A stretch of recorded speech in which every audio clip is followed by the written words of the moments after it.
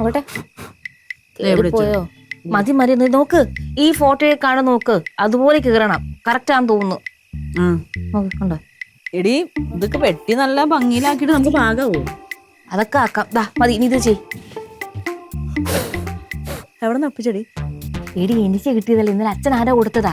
അച്ഛൻ എന്തിനാ പൈസ കാത്തി ജീൻസ് ഒക്കെ, അതുകൊണ്ട് ഞാനിങ്ങ് പൊക്കി. നാളെ നമുക്ക് കിട്ടണ്ടോയല്ലോ. അതിനല്ലേ ഞാനിത് തൂക്കിയത്.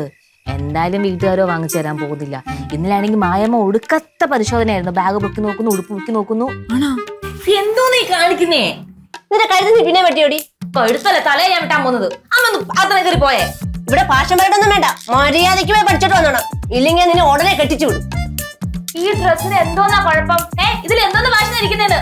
വെയിലത്തും ചൂടത്തോ പോകുന്നത്, അതുകൊണ്ട് കുറച്ചെങ്കിലും കാറ്റ് കയറണ്ടേ? എന്നാലേ മദാമ്മമാരെ പോലെ നിക്കറും പെണ്ണിനിട്ട് നടക്കും. എന്താണ് അടിക്കാൻ നേരെ പോയിട്ട് വന്നോളാമേ. എടി ഓരോ ദിവസം തോറും ജീവിതം ഭയങ്കര ഡാർക്കായി മാറിക്കൊണ്ടിരിക്കുവാ. എന്തെങ്കിലും ഇനി പ്രശ്നം ഉണ്ടായാലും കെട്ടിച്ചു വിടുമെന്നാണ് മായമ്മ പറഞ്ഞേക്കണേ. അയ്യോ, നമുക്ക് കാര്യം ചെയ്തല്ല, നമുക്ക് രണ്ടു കൂടെ അങ്ങോട്ട് ഒളിച്ചോടിയല്ല. ഇങ്ങോട്ട് അതൊന്നും ഇപ്പൊ എനിക്കറിയത്തില്ല. ആരെങ്കിലും പരിചയം ഉണ്ടോ അതിന്? ആദ്യമേ എന്തെങ്കിലും റീൽസ് ഒക്കെ ഇട്ട് 10 പേരുമായിട്ടുള്ള ഒരു പരിചയം ഉണ്ടാക്കുക. ഞാൻ അങ്ങോട്ട് പറയാൻ വരുമായിരുന്നു. അതിന് നല്ല ഫോൺ വേണം.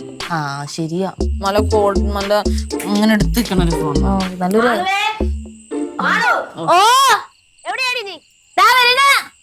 മായമ്മ കിടന്ന് വിളിക്കുന്നുണ്ട്. ഞാൻ പോകുന്നു. ഇതെല്ലാം സൂക്ഷിച്ചു വെച്ചോട്ടോ.